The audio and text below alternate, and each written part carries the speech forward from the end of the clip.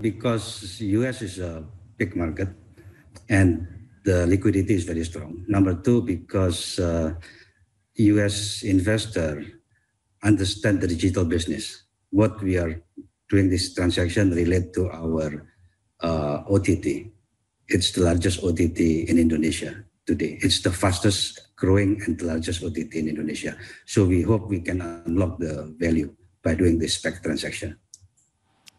While the digital space is well understood in the US and that's a well-explored market stateside, do you think investors would be able to ascribe the right value for your SPAC, for your business, for your stock on the NASDAQ for a business that is domiciled in Indonesia and the region?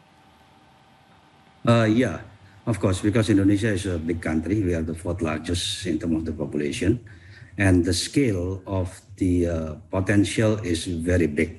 We have 270 million population, and we are the largest and we are the fastest growing. So we hope by doing this SPAC transaction, we can unlock the value, unlike in Indonesia, because digital business is still quite new actually to the investor world in Indonesia. Tell us more about your business, because clearly you're saying that there's a lot of potential as far as video streaming is concerned, the OTT platforms.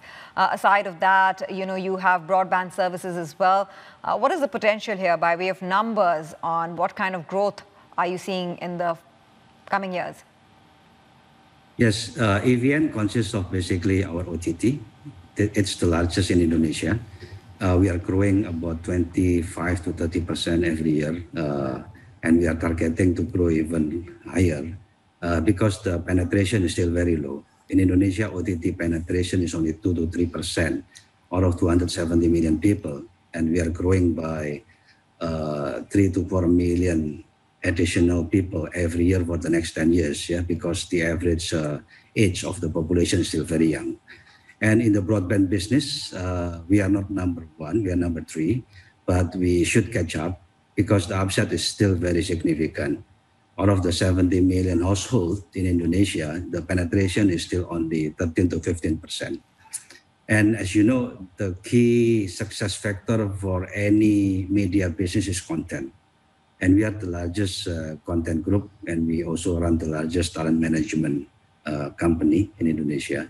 So we believe we should be able to grow faster after we do the SPAC deal.